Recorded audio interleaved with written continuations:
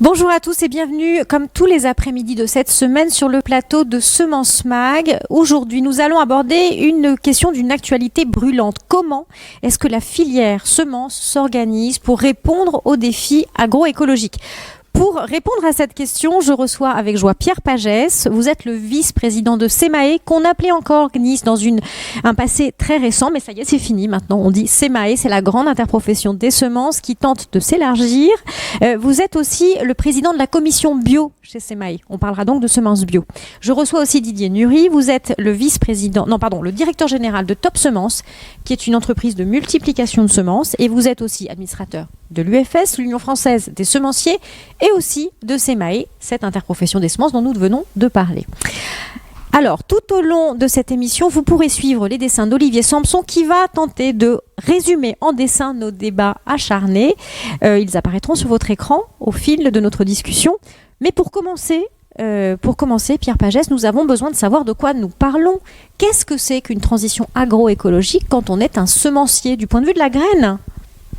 Alors, avant de parler des semences de façon large, c'est l'agriculture qui s'approprie les enjeux environnementaux qui se posent à nous, comme tous les secteurs. Et donc, ça va nécessiter un certain nombre d'adaptations, des pratiques. On va recommencer à faire de l'agronomie, moins de chimie, c'est certainement plus d'agronomie, mais c'est aussi des outils qu'on doit actionner. C'est de l'innovation, en définitive. Et cette innovation, un des leviers majeurs, c'est la génétique et les semences, qui doivent nous permettre de répondre à un certain nombre de problématiques qui sont liées à cette transition environnementale quand on parle de réponse au changement climatique, d'optimiser les facteurs de production, l'eau par exemple, ou une meilleure résistance à des bioagresseurs quand on considère qu'il y aura moins de chimie demain. Donc c'est ça l'adaptation et l'agroécologie vue de la fenêtre des semences. Et donc la semence, c'est la mère de toutes les batailles.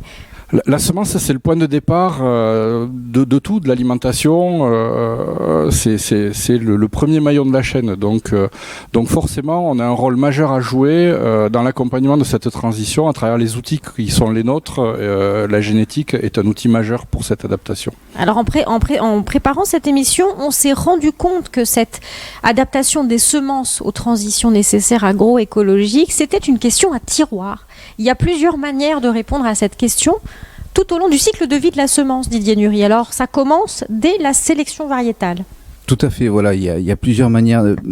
La semence apporte des solutions, mais la semence est aussi une solution en soi, puisque si on prend 2 minutes pour regarder la nature du métier semencier, quel est le métier semencier ? Ça a été, depuis des millénaires, récupérer ce qu'il y avait dans la nature pour l'apporter, pour le mettre au service de la société.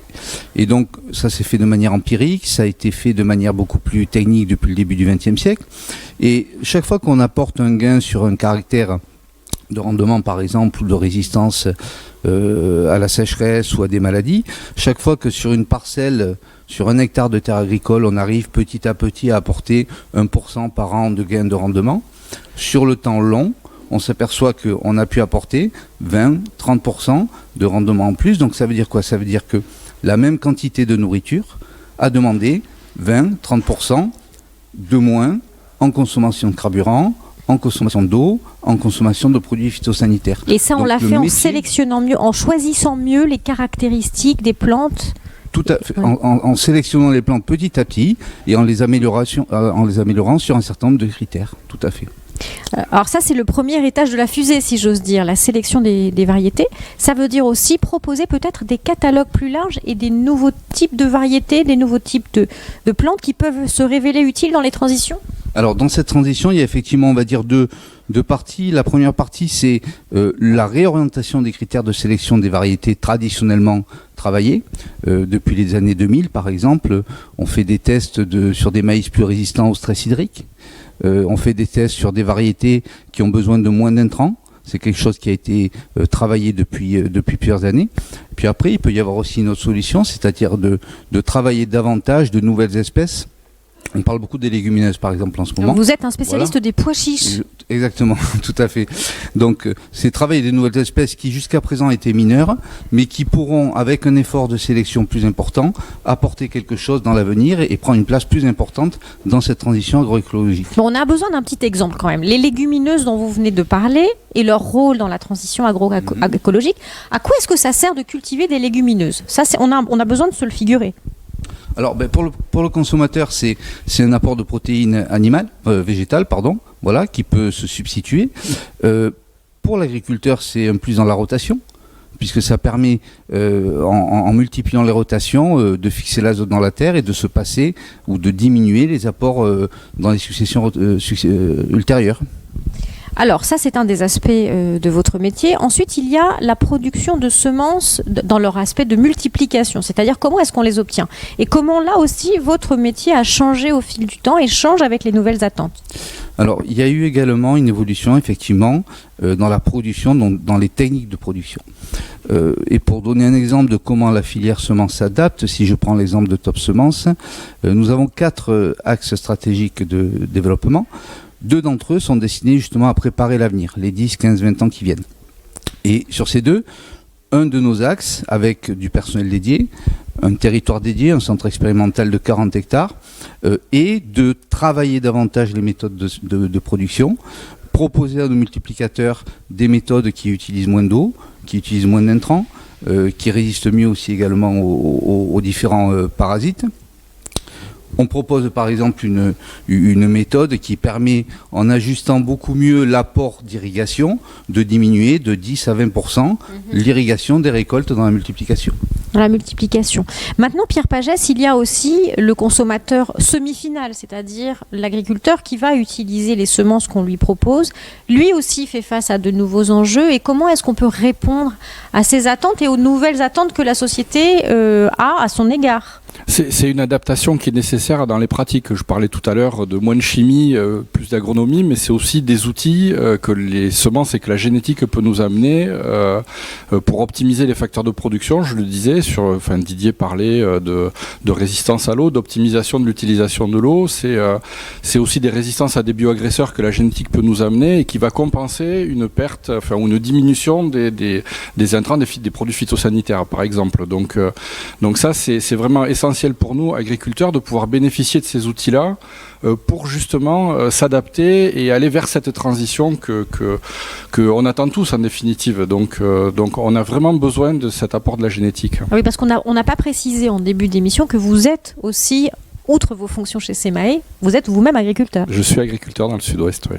Alors, il y a dans toutes ces transitions agroécologiques, et on voit qu'elles sont multiples, la question particulière de l'agriculture biologique, qui se développe, qui va gagner de la surface probablement en France et qui a des attentes spécifiques au regard du secteur des semences. Est-ce que vous pouvez nous dire un petit peu quelles sont les pistes de recherche pour mieux servir l'agriculture biologique aussi de cet aspect-là ? Le premier enjeu qu'on a, c'est de répondre aux besoins actuels en termes de fourniture de semences pour l'agriculture biologique. On a besoin de fournir des semences qui ont été produites en agriculture biologique. Donc, alors, c'est-à-dire c'est-à-dire il faut que les semences que les agriculteurs en agriculture biologique vont utiliser ont été produites en agriculture biologique. Et donc c'est-à-dire là, sans intrants, dans les cahiers des charges de l'agriculture biologique. Et là, c'est déjà un premier palier qu'il faut qu'on franchisse, à arriver à répondre aux besoins maintenant. D'accord, parce que là, il y a des tensions. Parce qu'il y a des tensions, donc il faut vraiment qu'on augmente la production sur toutes les espèces. Premier niveau. Le deuxième niveau, vous l'avez dit, on est sur une progression des surfaces en agriculture biologique qui est continue, qui va continuer dans le temps, et donc on doit aussi répondre à cette demande qui va augmenter. Donc il faut à la fois qu'on réponde aux besoins actuels et puis qu'on puisse accompagner le développement. J'ai une question qui est à la marge de notre sujet sur les transitions, c'est celui de la variété. On fait souvent le reproche à l'industrie des semences de proposer des variétés qui sont assez limitées, en nombre en tout cas. Alors reproche justifié ou pas, c'est à vous de me le dire, mais est-ce que le travail sur les transitions agroécologiques, ça veut dire aussi travailler la variété qui est offerte aux consommateurs finaux et aux consommateurs semi-finaux ?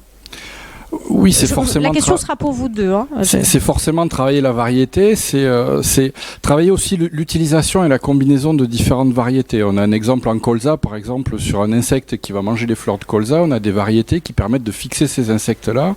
Si on les mélange, si on fait un mélange de deux variétés, on va protéger... l'une va protéger l'autre. Parce que l'une plaît plus aux insectes que l'autre. Les insectes en préfèrent une que l'autre. Donc on a cette combinaison de variétés qui peut nous aider justement sur moins d'utilisation d'intrants et une complémentarité entre les variétés. On peut aussi avoir des complémentarités entre les espèces pour fixer des maladies ou éviter d'avoir des maladies dans les cultures. Donc ça, c'est ce travail-là qui est en cours déjà. On a déjà des exemples qui existent par rapport à ça. Et vous, Didier Nury, comment est-ce que vous envisagez cette question de la variété ? Alors sur les variétés, il faudrait peut-être rectifier une petite chose au départ, c'est qu'effectivement on entend souvent dire il n'y a pas de variété pour l'agriculture biologique. L'ensemble des variétés que nous proposons actuellement sont tout à fait adaptables et adaptées à l'agriculture biologique. Pour peu qu'elles soient multipliées dans des conditions... Pour peu qu'elles soient produites sous le mode d'agriculture biologique. Et c'est donc la disponibilité qui est plus compliquée parce qu'on a effectivement du mal à produire suffisamment pour le marché, faute essentiellement d'agriculteurs convertis. Mais les variétés qui sont sur le marché, par exemple, des études ont montré que les variétés modernes produisaient mieux que les variétés anciennes, même en situation stressante, même en situation d'irrigation limitée, même sans intrants. Donc les variétés qui existent sont adaptées à l'agriculture biologique. Après, on peut effectivement développer certains critères de sélection qui vont un peu plus les démarquer. Je vais prendre un exemple très simple, la couverture au sol. Pour chaque espèce, quand on prend plusieurs variétés, elle peut avoir un port plus ou moins dressé. Donc avoir une couverture au sol plus ou moins importante.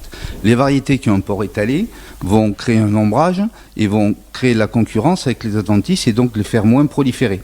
Donc là, on a une solution pour lutter contre les mauvaises herbes sans herbicides, si je traduis en langage... Ou en diminuant, c'est-à-dire que la concurrence naturelle va jouer, le port va naturellement diminuer les adventices. Donc il y a certains critères sur lesquels on peut sélectionner les variétés, alors biologiques ou...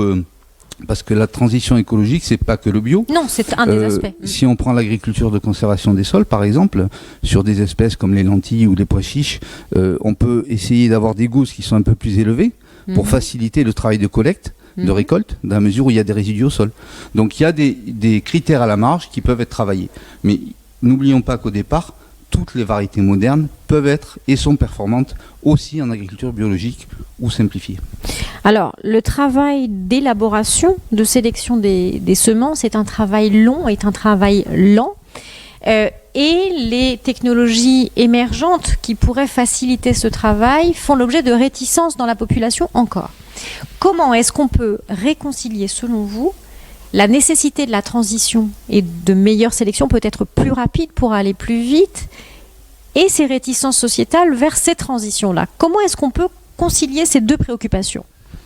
On doit pouvoir les concilier en ayant une approche plus tournée vers les bénéfices que vers le risque, en fait. Et c'est ça c'est vers ça qu'idéalement il faudrait qu'on aille quand on regarde ce que la génétique, et on parle de ça depuis tout à l'heure, en fait, ce que la génétique peut nous amener quand on a des variétés qui nous permettent d'utiliser moins de pesticides. Je pense qu'on répond à une forme d'attente de la société et bon, je reviens pas sur l'exemple des néonicotinoïdes en betterave, mais effectivement, à moyen terme, l'enjeu qui se pose à la filière betterave, c'est par la génétique de trouver une solution qui va répondre à ces viroses, en fait. Donc, on voit bien là que la génétique, c'est un outil qui doit ou qui peut nous permettre, en tout cas, de faire face à cette perte de moyens de production, enfin, ou de moyens de protection des plantes. Et ça, on y arrivera, plus on arrivera à utiliser des technologies qui s'offrent à nous maintenant,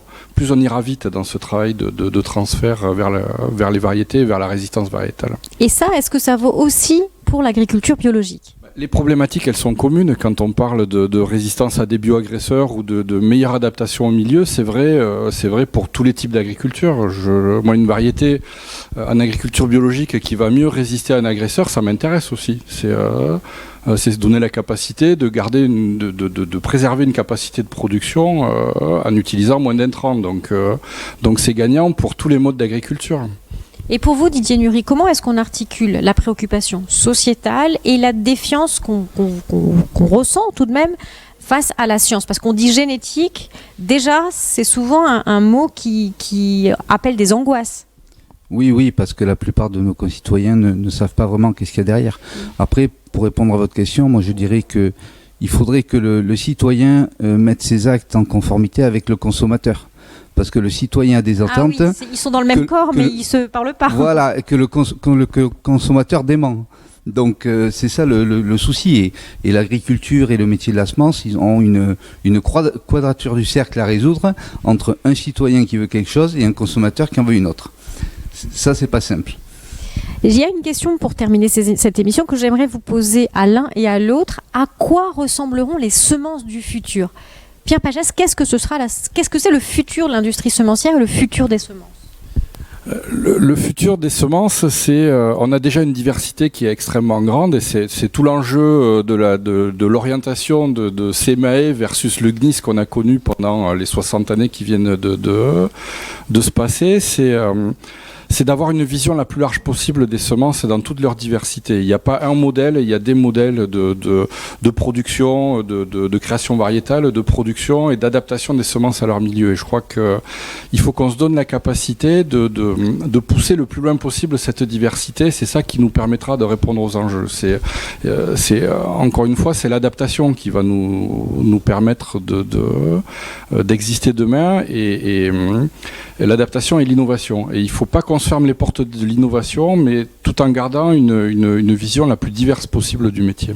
Et alors pour vous, Didier Nury, qu'est-ce que ce sera votre métier à vous et le métier des semences en général dans une échelle de 10, 20 ans peut-être? Alors je vais rebondir sur les propos de Pierre d'une manière peut-être un peu plus idéaliste, on va dire. Soyons idéalistes, on est là pour ça. Ça serait le monde des semences dans 10, 15 ou 20 ans, ça serait pris un monde où il y aurait des mondes de semences qui se sont séparés et qui ne se parlent plus, dans une société où on polarise les choses aux extrêmes, mais un monde où les différents mondes de semences se parlent. Alors de quel monde est-ce que vous nous parlez? La semence conventionnelle, la semence biologique, les semences paysannes, etc. Tous ces mondes-là de ces semences, qui ont chacun une richesse, qui puissent les mettre en commun, la partager et créer ce monde des semences de demain dont vous parlez. Merci beaucoup messieurs, merci beaucoup Didier Nury, merci Pierre Pagès pour ces débats intéressants. Qu'est-ce que seront les semences de demain et comment est-ce qu'on plante tout de suite les graines du futur? Merci à tous les deux, je vous retrouve demain sur ce même plateau de Semences Mag et nous parlerons de biodiversité. Merci, à demain. Merci. Merci, au revoir.